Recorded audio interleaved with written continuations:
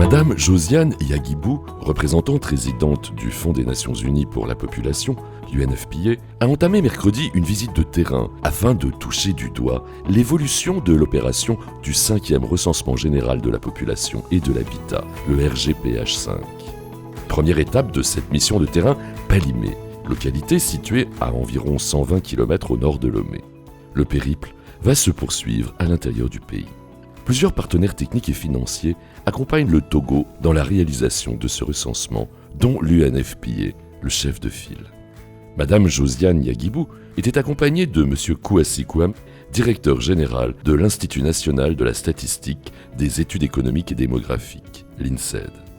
Selon la représentante résidente de l'UNFPA, cette mission vise à s'assurer que tous les outils et tout le processus se déroulent bien.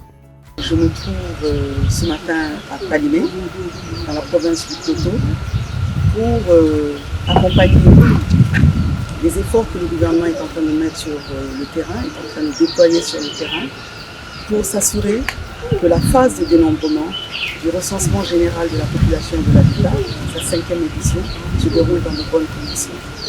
En tant que chef de file des partenaires techniques et financiers autour du dénombrement, le rôle principal, c'est de vraiment s'assurer que tous les sites de dénombrement reçoivent la même qualité d'information, utilisent les mêmes outils et qu'ils soient administrés d'une manière optimale. Et aujourd'hui, de Palimé, nous venons de témoigner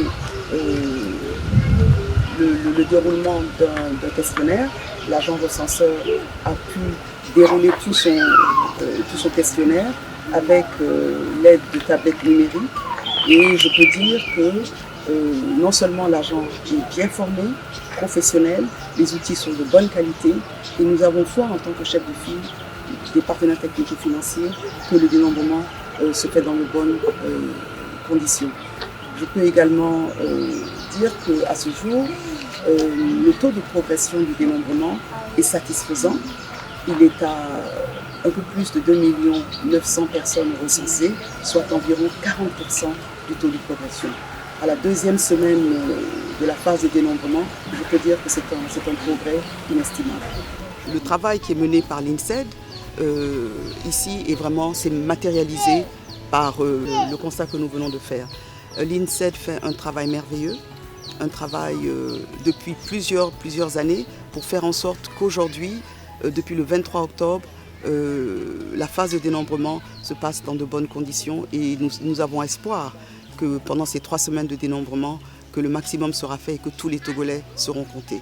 Et je lance un appel à tous les Togolais. Chers frères, chères sœurs, faites-vous dénombrer.